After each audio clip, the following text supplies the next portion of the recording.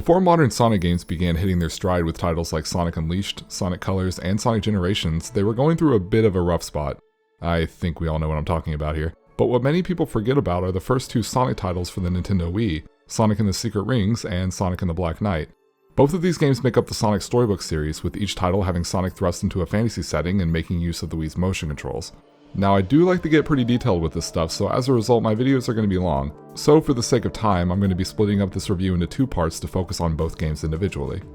Sonic and the Secret Rings was released back in 2007, shortly after the next-gen reboot Sonic the Hedgehog, or as we all know it, Sonic 2006. Interestingly enough, Sega was originally developing Secret Rings as a port of 06, splitting the development team up in the process to handle this new version. When things didn't progress well enough for Sega's liking, what a surprise, the project was scrapped in favor of creating a whole new Sonic game from the ground up that would better utilize the Wii's motion controls and stand out significantly more from Sonic's other games. In fact, just about everything was done in some way to distance the game from Sonic 06, from the motion controls to the magical setting of the Arabian Nights. Yojiro Ogawa was one of the lead designers on Secret Rings and has spoken out on how he wanted Sonic to get back to the basics, resulting in a more simplified control system built around the Wii Remote, and a removal of many abilities that Sonic had acquired through previous games. Ogawa's previous work on Sonic Adventure even influenced the game's strict use of camera, wanting it always pointing forward to emphasize the sense of speed and direction Sonic runs in, rather than using a traditional 3D camera. So, did it work? Well, before we get into the game itself, let's start with the story. One day, Sonic is lounging around his house, or is this Tails' house? Does Sonic have a house? Anyway, he reaches for his clock, grabbing a ring instead, summoning the genie Shara from the Book of the Arabian Nights. Shara, referring to herself as the genie of the ring, tells Sonic that an evil spirit known as a Razor Djinn is destroying every last page of the book, and her world in the process. Okay, real quick thing here, they keep saying the Razor Djinn throughout the game, but honestly it sounds kinda dumb, so for the sake of this video I'm just gonna leave that out. Shara warns Sonic that if a Razor Djinn is not stopped, he'll eventually make his way into his world as well, and oh come on, stop, I don't want to hear that anymore. Sonic is given a ring which binds the two together, and when Shara has him make a wish, he starts sneezing everywhere and wishes for a handkerchief. Trust me, this is relevant later on. I feel stupid for pointing it out, but just bear with me, okay? Immediately after arriving inside the book, the two run into a Razor Djinn who tells Sonic that, hey, whoa, wait a second, okay, so hold on, okay, so he can call himself a Razor Djinn without the whole the part, but Shara can't? What makes him a the Shara? Is there something you're not telling us? It's the purple skin, isn't it? God, you genies are all alike. Eraser mentions the 7 world rings, and when Shara argues that they don't even exist, Eraser shoots an arrow of flame at Shara, with Sonic stepping in the way to take the blow. Eraser says that Sonic must bring him the 7 world rings before the flame is extinguished, thus killing him in the process, before taunting that he is going after King Shahryar, the creator of the Arabian Nights. Sonic arrives at the palace to find King Shahryar, hiding.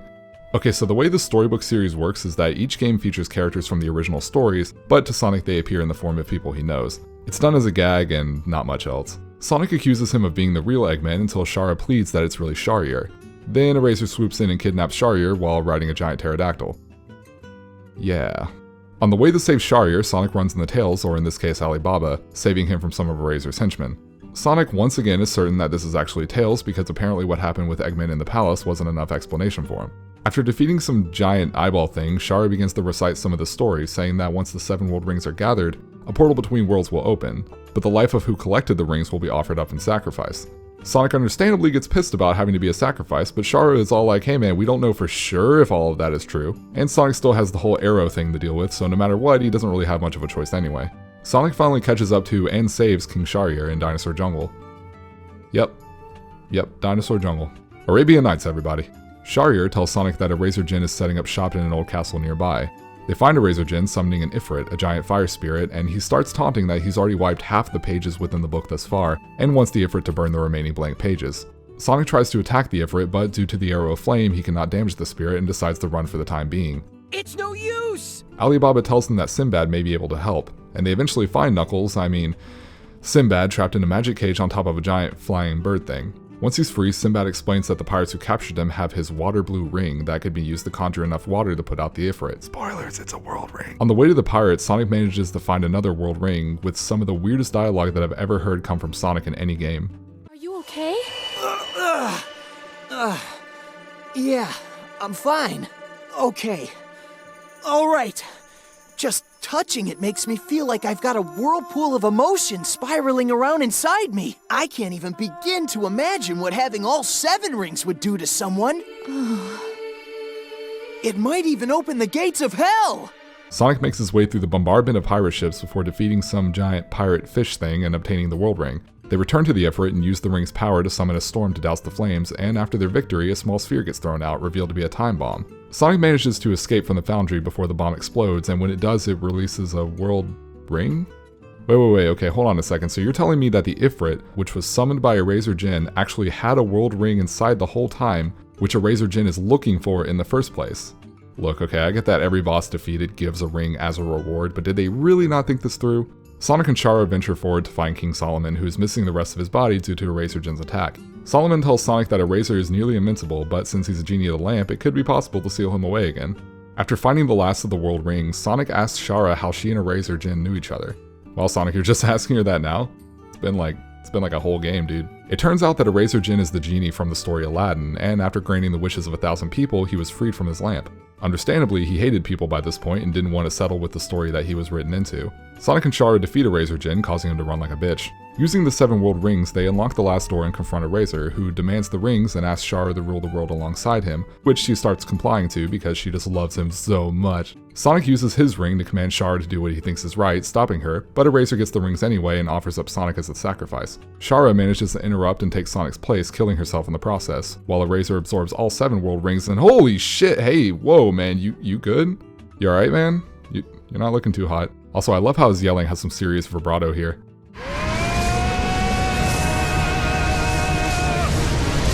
Eraser Jin transforms into Alf Layla Walela and vows to recreate the Arabian Nights as he sees fit.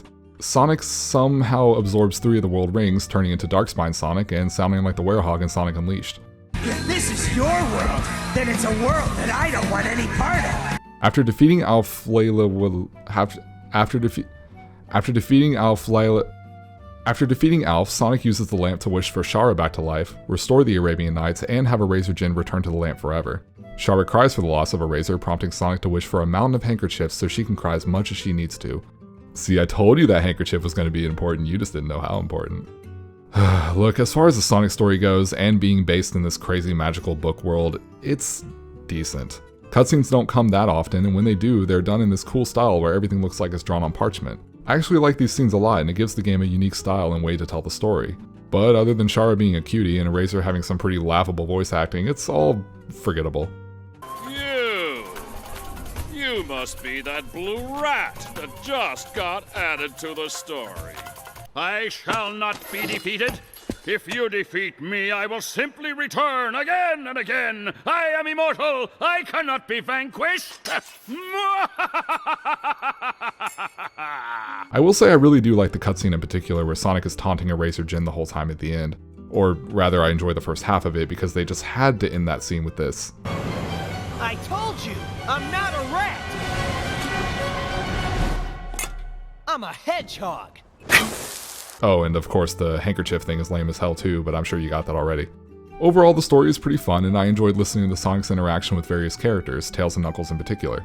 Sonic is pretty much what you'd want from his character, aside from a few times where he sounds too deep and full of himself. This also stood out significantly more when this game was released, as people were still coming straight off of Sonic 06. You know, the game where Sonic fucking dies. The story is significantly more lighthearted here, and it works for what it tries to do. Alright, well that's enough about the story, let's get into the game itself. To start, the visuals are decent. They went with a more realistic approach with detailed textures and darker colors, which in some cases can help Sonic stand out, while in others not so much. The lighting helps make stages like Levitated Ruins stand out despite the bland design overall, but this doesn't really happen that often. There really isn't too much to say about the graphics here. While I wasn't that concerned with the strong visuals, I was hoping for a solid soundtrack. I absolutely love the vast majority of Sonic music, so after playing Secret Rings, it's okay.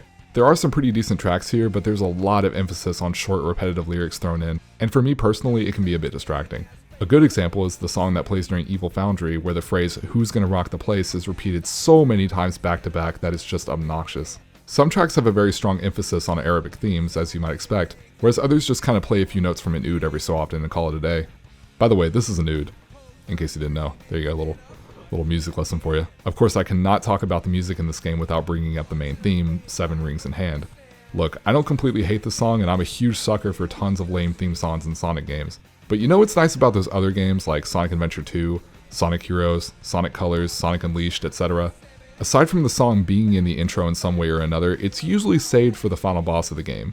Makes it a little more impactful. Secret Rings, however, really loves its own theme and wants you to hear it all of the time. It does play during the final boss, of course, but outside of that, the song is everywhere. It plays at the main menu, it plays when you're selecting a mission. Hell, even completing a mission plays the damn theme, and considering how many missions there are in this game and how often you end up back at the main menu to select another one, this song greatly overstays its welcome. Sonic and the Secret Rings has you hold the Wii Remote horizontal, with the only important buttons being 1, 2, and the directional pad. Tilting the Wii Remote left or right will cause Sonic to move in either direction. This usually feels pretty okay and doesn't give me any major issues. And that's about the only thing that doesn't give me any major issues, because in regards to everything else, this game is an absolute chore.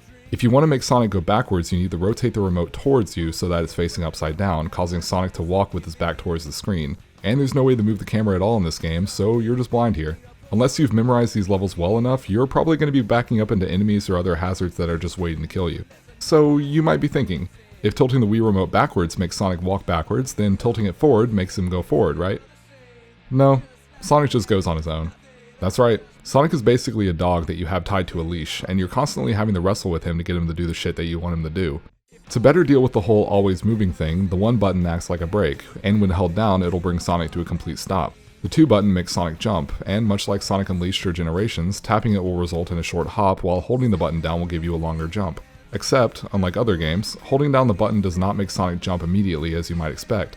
Instead, Sonic charges up, which will steadily slow him down the longer the button is held, and once it's released, then he will jump. Look, I get it, okay, they wanted you to have better control over setting up jumps because Sonic never stops moving. I understand why all of this is the way it is, but why is it the way it is? It feels awful, absolutely terrible in every regard. Sonic having the charge a jump is probably the most awkward thing about this game's entire control scheme, and I'm being 100% serious. You would think I would be ranting my head off about how unresponsive the motion controls are, but surprisingly enough, I had very little issue with them as a whole. Something I haven't mentioned is that you can thrust the Wiimote forward while Sonic is in the air to do an air dash, or do a homing attack if he's locked onto an enemy. And other than a few weird situations, I can't say this ever caused me any big problems. Don't misunderstand me though, it still feels stupid and clunky. Trust me, this is a Wii game we're talking about. But rarely did my homing attack simply fail to work or my air dash not come out at all. Throughout the game, Sonic can also gain new abilities to equip through skill rings. There are 4 rings that can each be customized to suit different needs, although in both of my playthroughs I usually stuck to using 1 as I had plenty of SP to spend on the abilities I wanted, plus I just really didn't care enough to mess with it.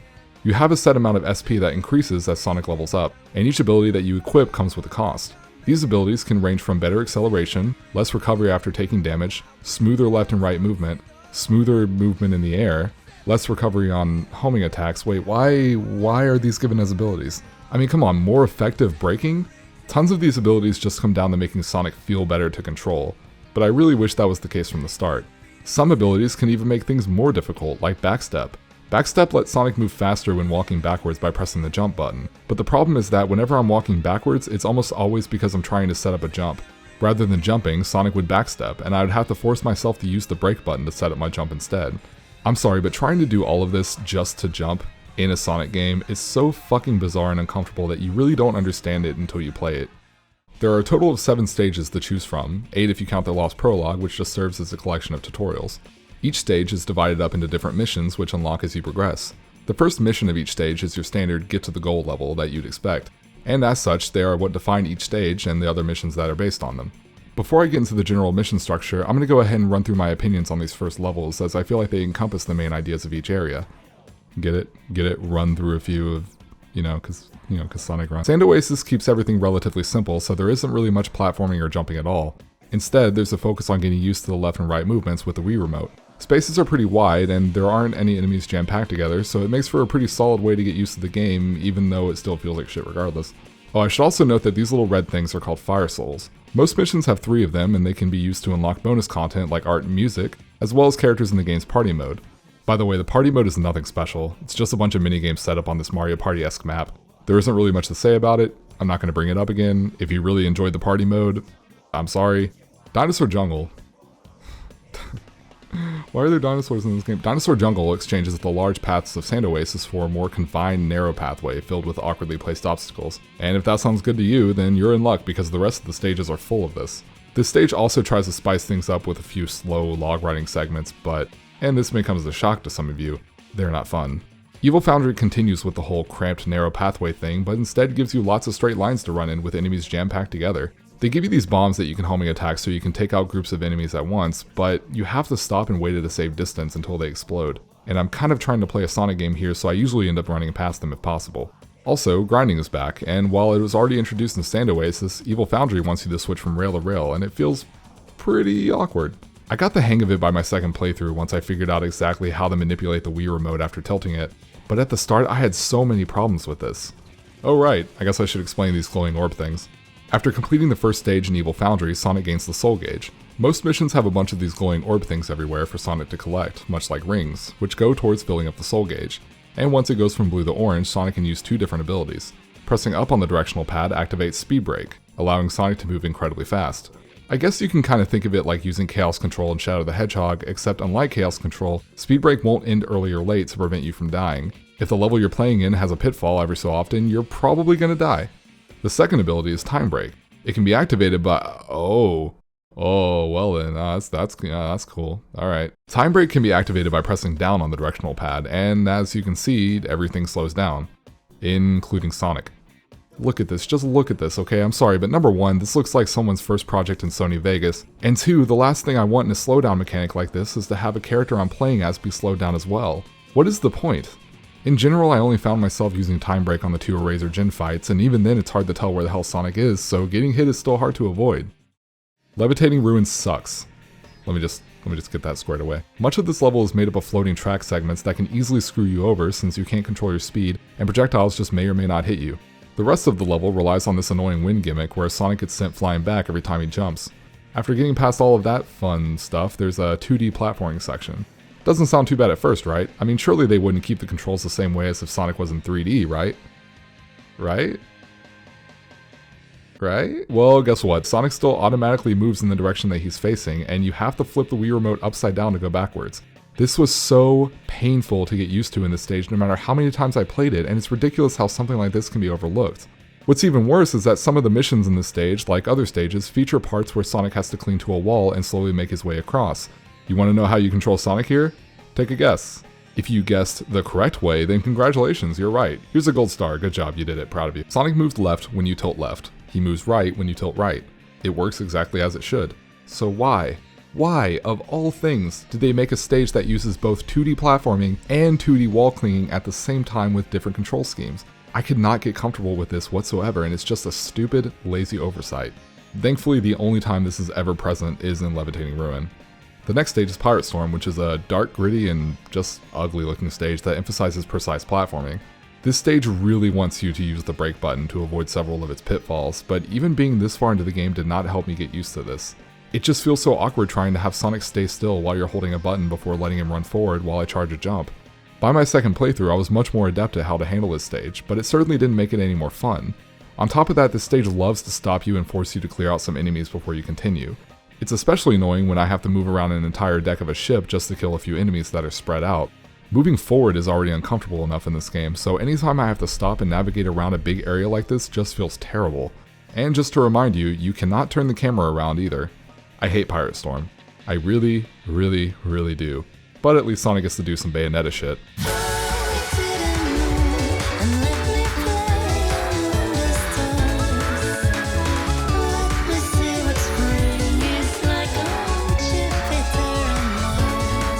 Skeleton Dome is thankfully more forgiving than the previous couple stages, and it actually gives you some big open areas with lots of time to prepare for what's coming, until it decided to focus on hitting switches in order to progress for half the level. It's definitely one of the better stages next to Sand Oasis, but that's not really saying much, okay, let's be honest. I can actually say the same thing about Night Palace, the last stage in the game. It starts out fine with what... Really, I just started this level like 5 seconds ago and you're gonna make me do this shit. Okay, fine. I mean, this is a Sonic game, and you know this is cool. Don't mind me. Just take your time. Just take your time. Once you're about halfway through the level, you can enter these portals that'll take you to new areas, and I can't really decide if these places are cool looking or just totally ugly. But as far as playing through them, they weren't too bad outside of the occasional giant spear just screwing me over in spots or sudden awkward changes in the camera.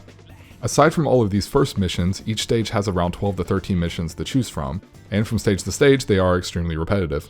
The same objectives are repeated over and over again, and on top of that the layouts mostly use pieces from the very first mission, albeit with different enemy placement or occasionally making the level backwards. This leads to a lot of monotony because these levels are already bland enough as is, so seeing them rehashed over and over alongside dull and frustrating mission objectives leaves me feeling exhausted. Defeat a certain number of enemies, reach the goal without any rings collected, reach the goal without dying, race this Uhu fairy spirit thing, it's all the same shit. Sometimes the game will throw a story-specific mission at you, like when you have to collect King Solomon's bones or race to the exit to dispose of a time bomb, but you're typically just playing the same dull objectives over and over. The biggest issue with the mission structure though, they unlock in a seemingly random order. Nothing about obtaining new missions feels in any way cohesive. You play a mission to unlock other missions, and then play those missions at random until you happen to complete one that gives you a cutscene. It just feels like I'm picking whichever new ones I've obtained in the hopes that it's the one that I need to progress the story. Why do they unlock in such a sporadic order? At first I wasn't sure if this was because I haven't completed some of the extra prologue missions, or maybe my rankings at the end of levels weren't high enough, but no, they just unlock this way. And on top of that, you're often rewarded with multiple new missions after completing one, so how am I supposed to know which one is for the story? There are occasional boss fights in some of the stages, and while they're really nothing worth talking about, they are just as oddly set up as some of the other missions in regards to the order that everything goes in. When I finished a specific level in Sand Oasis, I suddenly unlocked Dinosaur Jungle, and since I was dying for a change of pace, I went straight there. It wasn't until after I defeated Eraser Jin for the first time that I went back to collect the world ring that I was missing from Sand Oasis. And after completing a couple of missions, I unlocked the boss, defeated it, and got the world ring I needed. The cutscene that plays here makes it obvious that this is the intended ring you get first, since Sonic and Shara act like they've never seen the damn thing before. Look, I'm all for having some non-linearity to give me the feeling of freedom in how I approach the game, but stuff like this tells me that the game doesn't really recognize the point of having to collect all 7 world rings in order to unlock the final boss. If you're gonna structure the world rings in this way, then don't make it so damn inconsistent with the rest of the game's progression. Why couldn't the world ring just be given after completing what's necessary in Sand Oasis before unlocking Dinosaur Jungle? Why give me this boss to fight that's obviously not the final boss, complete with its own set of unskippable credits, just so I can use the ring to get the actual final boss and even more credits? Just have the rings be acquired throughout the story as you naturally progress and be done with it. Oh, and by the way, only a few stages have bosses with world rings. The stages that do not have bosses give you rings upon completing a random mission. There were plenty of times when I would be stuck on a really gimmicky, frustrating mission only to find that I didn't need to do it at all, and instead just had to do a way easier mission to get the world ring I needed. No big boss fight, no story-specific goal like collecting bones or freeing Knuckles, Sinbad from a cage, nothing. Now I have to stress here that I wouldn't mind completing a bunch of random missions to progress if I enjoyed playing them. The level design in this game is so damn boring, and it doesn't help that I'm constantly fighting with the horrendous controls. A lot of missions throw different gimmicks at you for the sake of variety, but it gets old when you start seeing them reused for each stage. There are these rings and catapults that can propel Sonic forward, containers with wings that can float Sonic upwards, and vines that can be swung on by tilting left or right to gain momentum. They all use different motions with the Wii remote, and that's pretty much the only reason that they exist. It just makes the already dull and repetitive level design even worse. The vine swing in particular threw me off because there's one mission in Levitated Ruin that I could not figure out for the life of me. Do you see this vine? Well, as you might expect, tilting left or right with the Wiimote will make Sonic swing left or right. I assumed that with this really long vine, I had to tilt one direction until it reached the maximum height, then tilt the other direction, and so on and so forth until I was high enough to jump off and reach the enemy that was far away. I spent at least 5 minutes trying to do this, and I could not get it to work at all. For as responsive as the motion controls have been throughout the game, suddenly I was desperately fighting with them to do what I want. So out of frustration, I started shaking the Wii remote violently, and oh, look at that, it works. It works if I just shake it like a madman. Alright then Sega, great job, A+, nice one. Some of these missions tack on the most unnecessary bullshit to the formula that's established in the first missions of each stage. I hate Night Palace with a passion, and that does not include the first mission because that one didn't give me too many problems. But some of the other missions in the stage are so infuriating, so poorly designed that it just drives me nuts. Like having giant projectiles that are difficult to react to because of the angle of the camera, and even the look of the level itself. Or how about projectiles that just come out of the sky in front of you, destroying the floor? Maybe if this was a different Sonic game, I'd be okay with trying to react to these things, but not when I have to charge up my jump. As I said before, the jump button is what I most hate about this game. You can probably tell by this point that I did not enjoy my experiences too much, if at all, with Sonic and the Secret Rings, and I can't say I would recommend this game to anyone. The best part of this game by far is the story, and that's mostly because I really like the artwork used in cutscenes. I have absolutely no intention to ever go back and revisit this game again, and compared to my experiences with other bad Sonic games, that's really saying something. Now, as I said at the start of this video, there are 2 games in the Sonic Storybook series, so if you're interested in seeing my thoughts on the sequel, you can check out part 2 of my review, Sonic and the Black Knight. As always, thank you all so much for watching, and I'll see you next time.